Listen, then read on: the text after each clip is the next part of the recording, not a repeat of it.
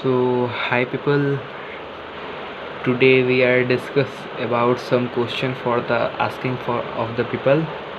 तो चलते हैं आज के हमारे टॉपिक पे। कुछ क्वेश्चन कुछ लोगों ने पूछा है, तो आज मैं उसी का आपको आंसर दूंगा। तो चलिए चलते हैं आज के टॉपिक पे अपने। तो हमारा आज का पहला क्वेश्चन है, हाउ टू आइडेंटिफाई कोविड-19 और इन्फेक्शन और सिंपल इन्फ्लुएंजा। तो मैं आपको इसका जवाब देता हूँ, सुनिएगा ध्यान से। और तो हम जैसे देखिए, हमारे जो जैसे कुछ लोगों को इन्फ्लुएंजा ये सब होता है, तो उनको खांसी होती है, फीवर होती है। और अभी तो सीज़न चेंज हो रहा है, तो ये सब होना ये सब तो होना जायज़ है। बट हम कैसे आपको पता चलेगा कि ये कोविड-19 है या फिर सिंपल कफ फीवर है। तो देखिए, सबसे बड़ा फ़र्क ये रहता है, जब हमें फीवर होता है तो हम फिर उसके साथ खांसी होती है, नाक बहता है, छींक होती है। तो ऐसे ऐसे सिम्टम हमें सिंपल फीवर और इन्फ्लुएंजा में होते हैं। और देखिए, सबसे बड़ा तो कारण ये है कि जब हम खांसते हैं तो उस समय हमारे अंदर का जो कफ होता है वो वेट होता है, जिसके कारण हम कफ को बाहर फेंक सकते हैं, थूक सकते हैं। लेकिन और हमारा उस समय नाक बहता है। बट कोविड SARS-CoV-2 में ऐसा कुछ नहीं है। हमें फीवर होता है, ड्राई कफ होता है। हमें खांसी एकदम सूखी होगी, एकदम सूखी, जैसे हम खांसते हैं ये जैसे सूखी खांसी हुई, ये ड्राई कफ होता है। हमारा नाक नहीं बहता है, हमको छींक आएगी, लेकिन हमारा नाक नहीं बहेगा। हमें सूखी खांसी होगी और हमारे बॉडी में पेन होगी, हमारे बॉडी में रैशेज आएंगे, एटसेट्रा मतलब एटसेट्रा। यही चीज़ सब जो है, यही आपको सिंपल इन्फेक्शन और SARS-CoV-2 कोविड-19 के सिम्टम में आपको फ़र्क बता देगा। तो चलते हैं अपने हम सेकंड क्वेश्चन पे। तो क्या है अगला क्वेश्चन, हाउ SARS-CoV-2 स्प्रेड। तो मैंने ये आपको पहले ही बताया है और फिर से एक बार आपको बता देता हूँ। SARS-CoV-2 एयरबोर्न ज़्यादा नहीं होता है। जब हम छींकते हैं तब वो एयरबोर्न होता है और वो वाटरबोर्न होता है। हम जब छींकते हैं तो हमारे जो वाटर ड्रॉपलेट रहता है वो हमारे बॉडी पे आता है। जैसे ये हम छींक रहे हैं तो ये हमारे बॉडी के अंदर वाटर ड्रॉपलेट आया और ये हमारे स्किन उसको एब्जॉर्ब कर लिया और इसके अंदर चला गया। हमारे माउथ से जा सकता है, आँख से जा सकता है, ईयर से जा सकता है, और भी बहुत जगह से जा सकता है। यही होता है SARS-CoV-2 के फैलने का वजह, एयरबोर्न होता है, ज़्यादातर एयरबोर्न नहीं है। और चलते हैं अपने आज के नेक्स्ट क्वेश्चन पे। तो क्या है हमारा next question, how to protect from कोविड-19। हम कोविड-19 से कैसे प्रोटेक्ट अपने आप को रख सकते हैं। तो चलिए देखते हैं इसका आंसर। हमें तो सबसे पहले कोविड-19 से बचने के लिए हमें तो अपने घर में एकदम होम आइसोलेट रहना पड़ता है। और अभी तो पूरे देश में लॉकडाउन अभी लगा हुआ है। फिर भी अगर हमें कोविड-19 से प्रोटेक्ट रहना है तो हमें ज़्यादा कुछ नहीं करना है, अपने हैंड को हर बार वॉश करना है। क्योंकि जो भी कोविड-19 पेशेंट होता है, अगर हम उसके सामने हैं या फिर और भी उसको कोई डिज़ीज़ होता है, नॉट अ कोविड-19, और भी उसको कोई डिज़ीज़ होता है, जब वो छींकता है तो हम अपने हाथ को ऐसे करते हैं, तो उसका जो वाटर ड्रॉपलेट होता है, जो छींकेगा उसका जो वाटर ड्रॉपलेट रहेगा हमारे हाथ पे आएगा और हम अपना हाथ बार बार मुँह पे लगाते हैं।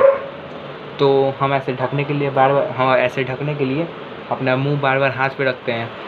तो उससे हम उसके बाद हम उसके ऐसे अपने हाथ को अपने मुंह को छूते हैं, आँख को छूते हैं, माउथ को छूते हैं, लिप्स को छूते हैं। तो हम उसके कारण वाटर ड्रॉपलेट हमारे माउथ के अंदर चला जाता है बाय द नसल कैविटी, जिसके कारण हमें कोविड-19 जैसी बीमारी हमारे अंदर आ सकती है। तो हम ऐसे प्रोटेक्ट कर सकते हैं। बाय द वे, जब हम किसी के सामने, अगर कोई हमारे सामने अचानक छींक रहा है या कोई छींक सकता है, तो हम इससे ऐसे मास्क को ऐसे लगा सकते हैं। बट हमें हमेशा मास्क नहीं लगाना है।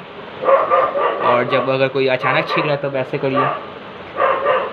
और हमें हैंड को हर हाफ एन आवर पे, हर 1 आवर में हाथ को साफ़ करना है।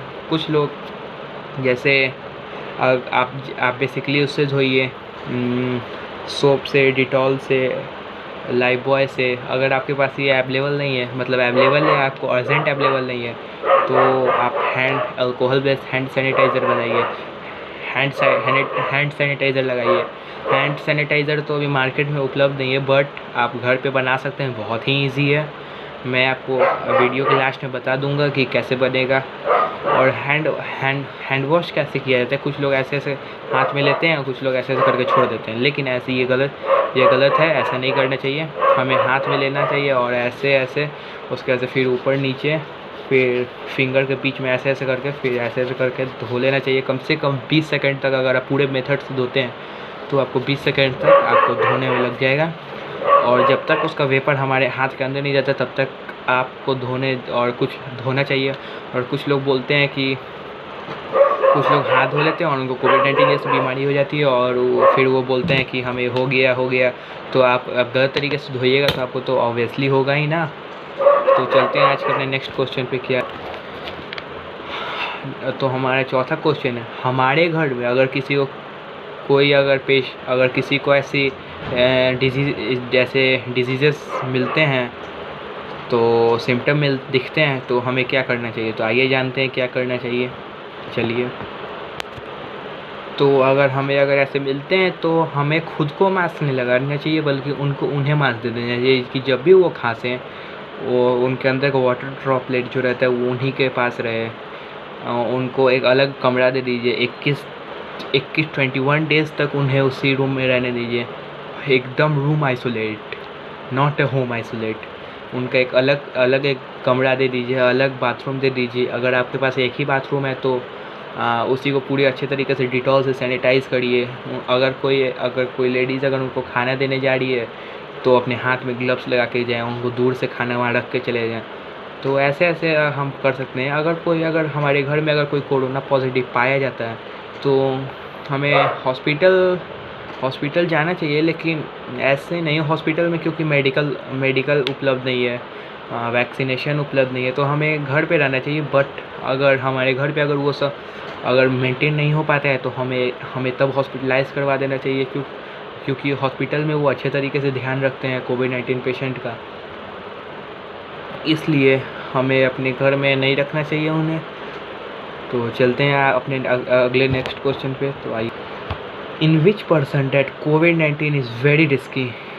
तो चलिए, आज के इस जवाब बहुत ही बढ़िया क्वेश्चन है, तो देखते हैं आज के इस जवाब पे। तो जो आदमी 40+ हो, 40 एबव एज में हो, और जिन्हें लंग्स में बीमारी हो, बीपी हाई हो, शुगर पेशेंट हो, बीपी पेशेंट हो, और भी इन्फ्लुएंजा जैसी बीमारी हो, कैंसर हो,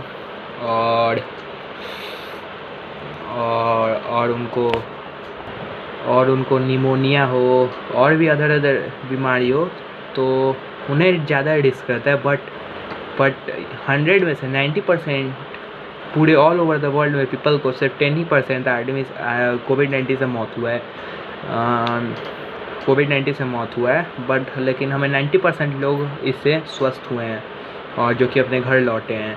और जो 40 कम है उनका तो इम्यून सिस्टम ज़्यादा पावरफुल नहीं रहता है, लेकिन उन्हें ज़्यादा खतरा नहीं रहता है। और जो 40+ उनका तो इम्यून सिस्टम भी कमज़ोर हो जाता है बाद में, और उन्हें तो पहले से बीमारी होती है, इसलिए उन्हें ज़्यादा रिस्क रहता है। तो चलते हैं आज के अपने नेक्स्ट क्वेश्चन पे। क्या है हमारा नेक्स्ट क्वेश्चन, तो आइए देखते हैं। What is the medicine of SARS-CoV-2।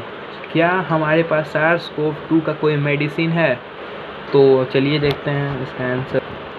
तो आंसर है जी नहीं, नो। SARS-CoV-2 का कोई मेडिसिन पूरे ऑल ओवर वर्ल्ड में मौजूद नहीं है।